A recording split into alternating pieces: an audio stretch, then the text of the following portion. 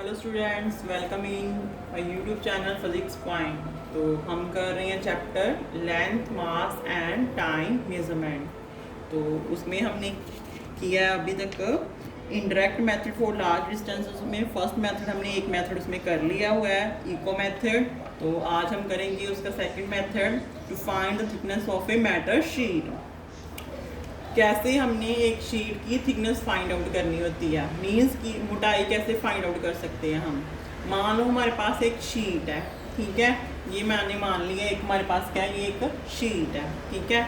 उसके लिए हमने क्या किया, ए पॉइंट से रेडियो वेव्स को सेंड किया। जो ए पॉइंट है वो हमारी फ्रंट साइड पे है, ठीक है। वहाँ से हमने रेडियो वेव पल्स उसकी पल्स सेंड की है, ठीक है, बैक साइड पे। जो ओ पॉइंट है वो बैक साइड पे है, ठीक है।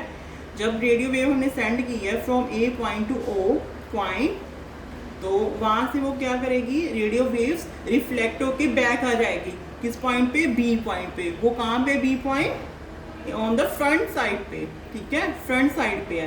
तो अगर हम टाइम नोट कर लें, A to O and O to B, means हमारे पास दो इंस्टेंट हुए हैं ना, एक ए से ओ तक रह गई और वापस ओ टू बी तक। ये दोनों टाइम हम दोनों इंस्टेंट जो हम,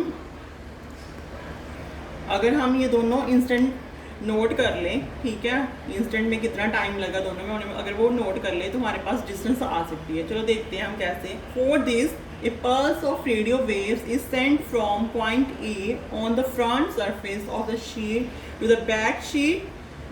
The signal gets reflected back from point O and received on point B, ठीक है, on the front surface. If t is the time interval between two instants, means जो A to O गई और O to B reflect हुई है, ये मान लेते हैं हम t टाइम लगा है, ठीक है। Then thickness of the sheet क्या होगी, वेलोसिटी किसके इक्वल होती है हमारे पास, डिस्टेंस अपॉन टाइम। अब यहाँ पे डिस्टेंस कितनी हुई है, डी हमारे पास डिस्टेंस हुई है ए टू ओ, और डी डिस्टेंस हमारे पास हुई है ओ टू बी। तो डी प्लस डी कितनी हो जाएगी, 2d हो जाएगी। तो मैंने यहाँ पे 2d डिस्टेंस ली है, ठीक है, डिस्टेंस अपॉन टाइम। तो यहाँ से डिस्टेंस यहाँ पे क्रॉस मल्टीप्लाई कर लो, c into T divided by 2 किसके इक्वल आ जाएगा, डिस्टेंस की। तो c क्या हमारे पास, वेलोसिटी ऑफ लाइट, और उसकी वैल्यू कितनी होती है, 3 इंटू 10⁸ मीटर पर सेकेंड, ठीक है। अगर हमारे पास जो हमने टाइम नोट किया है अगर वो स्मॉल होगा तो हमारे पास जो डिस्टेंस होगी, जो थिकनेस होगी, वो भी क्या आएगी, स्मॉल आएगी, ठीक है। ये था हमारे पास topic, to find thickness of metal sheet, okay. Next हमारे पास थर्ड पॉइंट है sound navigation and ranging, sonar. इसको हम सोनार की फुल फॉर्म क्या होती है, sound navigation and ranging. Sonar किसके लिए यूज करते हैं हम, sonar uses ultrasonic waves to detect and locate rock, submarine etcetera submerged under water, ठीक है। इससे क्या, जो ओशन में अंडर वाटर में पानी में डूबी होती है सबमरीन्स, जो अंडर वाटर शिप चलते हैं, रॉक्स होती है, उसको हमने फाइंड आउट करना हो कितनी डिस्टेंस है, कितनी डिस्टेंस पे होगी। तो उसके लिए हम क्या यूज़ करेंगे, सोनार यूज़ करेंगे। सोनार में क्या करेंगे, हम अल्ट्रासोनिक वेव्स को सेंड करेंगे through the transmitter in ocean, ठीक है। The ultrasonic waves from the transmitter are send through the ocean. हमने क्या करना है, ultrasonic waves through transmitter send करनी है ओशन में। अगर उसके रास्ते में कोई रॉक और सबमरीन आ जाएगी, वो वहाँ से क्या हो जाएगी, रिफ्लेक्ट होके वापस आ जाएगी। तो हमने क्या करना है, टाइम इंटरवल नोट कर लेना है, जो वेव्स के जाने और वापस आने का हमने टाइम नोट कर लेना है, ठीक है। तो noting the time interval between the instant, the distance of the submerged rock और submarine can be found by using formula. हमने टाइम नोट कर लिया, तो वेलोसिटी हमें पता होगी, हमने कितनी वेलोसिटी के साथ अल्ट्रासोनिक वेव्स जो सेंड की है। तो टाइम हमने नोट कर लिया, तो वहाँ से डिस्टेंस क्या आ जाएगी, velocity into time divided by 2। तो हमारे पास जो v है वो क्या है, velocity of ultrasonic waves in water. t हमने जो टाइम नोट किया वेव को सेंड करने और वापस आने तक जो हमने टाइम नोट किया है, ठीक है। ये था हमारे पास सोनार, ओके। आई होप अब आपको समझ आ गया होगा सोनार क्या होता है, इससे क्या कर सकते हैं हम लोग।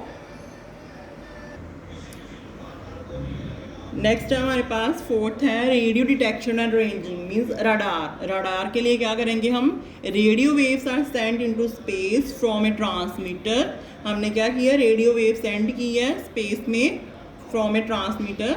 इन case aeroplane come in their path, अगर उसके पाथ में रास्ते में कोई एरोप्लेन आ रहता है तो वो वेव्स है जो वो वहाँ से रिफ्लेक्ट होके वापस आ जाएगी एंड डिटेक्टेड बाय डिटेक्टर, और वहाँ से हम डिटेक्ट कर लेंगे।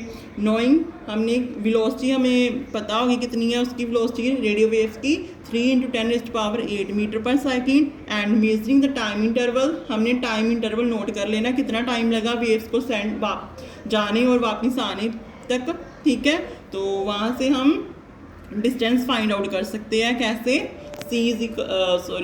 डिस्टेंस क्या होगी, D=C×T/2।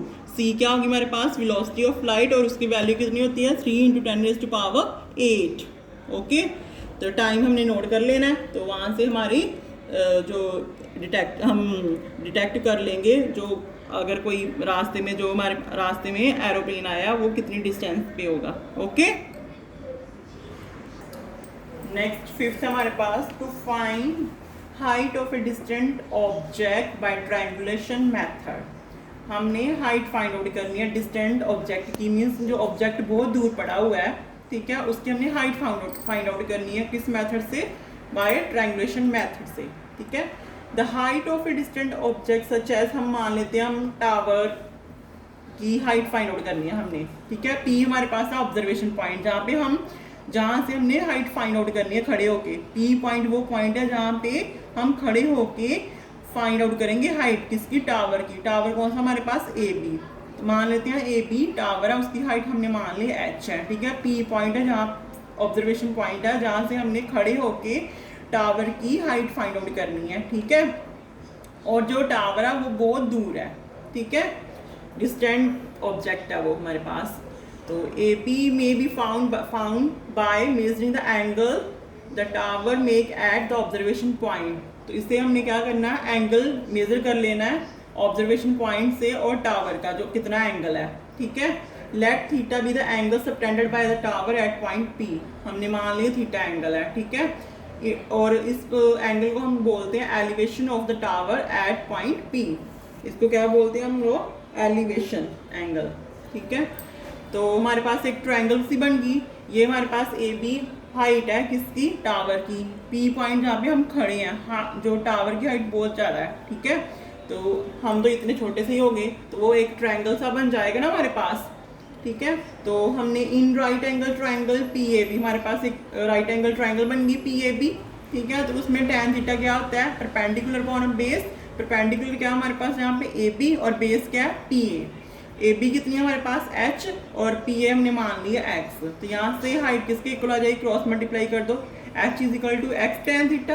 अगर हमारे पास X और थीटा की वैल्यू हमें पता हो, ठीक है, तो हम हाइट फाइंड आउट कर सकते हैं, ठीक है। ये था हमारे पास method to find the height of a distant object by triangulation method. Okay, 6th point है हमारे पास to measure size of an astronomical object. हमने मेजर करना कोई एस्ट्रोनॉमिकल ऑब्जेक्ट का साइज कैसे मेजर करना है, ठीक है। मान लो हमने मून हमारे पास एस्ट्रोनॉमिकल ऑब्जेक्ट है, उसका हमने साइज मेजर करना है। साइज मीन्स उसका क्या मेजर करेंगे हम, डायमीटर मेजर करेंगे, ठीक है। Let moon be the astronomical object whose diameter AB=D। हमने डायमीटर मान लेते हैं उसका कितना, D डायमीटर, वो हमने मेजर करना है। उसके लिए क्या करेंगे, हम तो अर्थ पे खड़े हैं ना, from point E on the surface of earth, ठीक है। हमने मान लिया point E on the surface of earth, हमने वहाँ पे एक टेलीस्कोप फोकस किया हुआ है on the surface of the moon पे। मून के सरफेस पे हमने टेलीस्कोप को फोकस किया हुआ है and it's disc image is observed, और हमने एक डिस्क साइज की इमेज जो है वो ऑब्जर्व की हुई है, ठीक है। तो लेट हमने कर लिया जो एंगल है AFB=थीटा, वो subtended by the two ends A and B of the diameter of the moon at point E on the surface of the earth is measured. Okay, let S be the distance of the moon from the surface of earth। हम मान लेते हैं जो S है वो क्या है, distance moon from the earth. उसके लिए हमें क्या करना, उसके लिए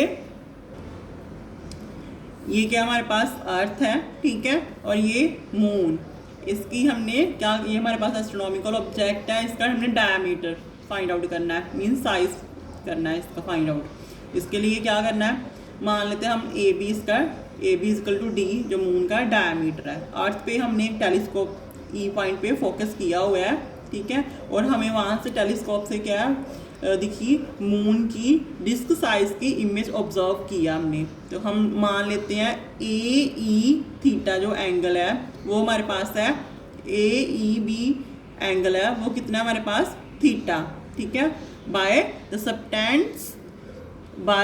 subtended by the two ends A and B, ठीक है। तो एस हमने ये मान लिया, इतनी इतनी जो डिस्टेंस है वो क्या हमारे पास एस, वो क्या हो जाएगी हमारे पास, रेडियस बन जाएगी बाद में, ठीक है।